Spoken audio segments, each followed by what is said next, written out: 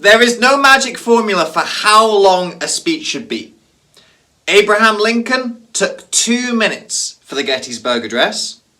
Tony Robbins takes a week for Date with Destiny. What's important is not the time that you have, but making the most of it and ensuring that you don't rush or try and cram too much into your speeches. I'll be honest in saying that I'm pretty bad at this. Whether it's 5 minutes or 5 hours, I always try and do too much and always try and cram too much in. So what I'm going to share with you today are some of the things that I've learned to trim myself down over the years. And in that spirit, I'm also trying to make this my shortest ever YouTube video. So let's see how I do putting the principles into practice right here for you in this video. The first way to make the most of your time is to cut the waffle. There is so much waffle in lots of people's speeches, especially at the start and at the end. You'll hear people begin a speech by saying something like, "I was thinking about what I was going to say to you today." Well, of course you were, because you prepared the speech. We don't need to know about your thinking process. Just tell us the speech. Get into the action fast. Don't think that you have to explain all of the context behind everything in your life in order to be able to deliver a speech. The other place the waffle comes in is at the end. If you've ever watched The Return of the King, you know how in that film there's about 6 different endings? A lot of people's speeches look like that, where it seems like they're on their final point and they want to say a little bit more.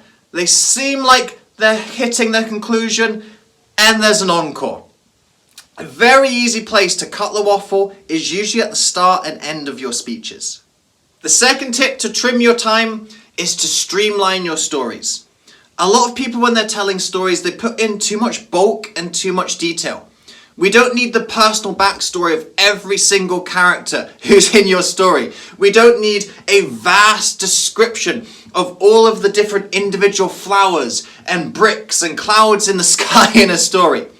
We just need the detail that's important to help us understand who the key characters are, what are they going through, and what can we take from the story.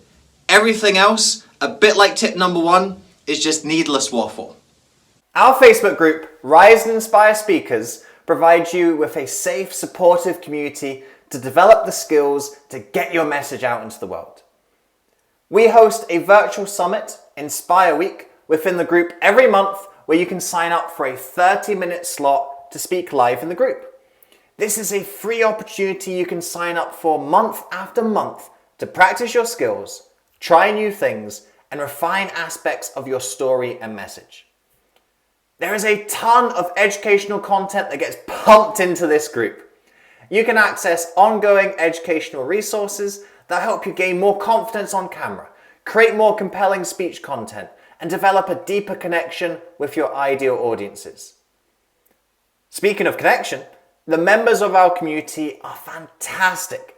They are like-minded people who, just like you, want to make a difference in the world and will cheer you on and encourage you every step of the way. If you want to master your virtual speaking skills, then this is the place to be.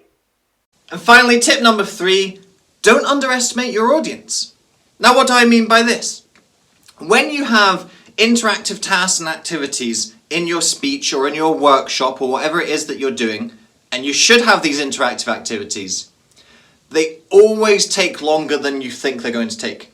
If you set aside 5 minutes, they're taking 8 minutes. If you set aside 10 minutes, they take 17 minutes. And this is what I mean by don't underestimate your audience.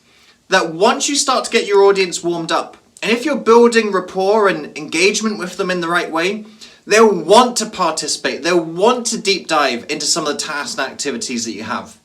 So what I'm learning more and more as a speaker is to do less content, less speaking, more interaction, more participation. And even when I know that, I still get the balance wrong. And I still find myself wrapping up tasks early or rushing through activities that I'd planned.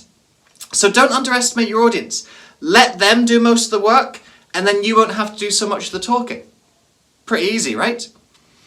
So there you have it. Those are 3 ways to make the most of your time to cut out the waffle, to cut out the fluff of your speeches and make sure that every word that you're saying has a really clear purpose and intention that you want your audience to take away.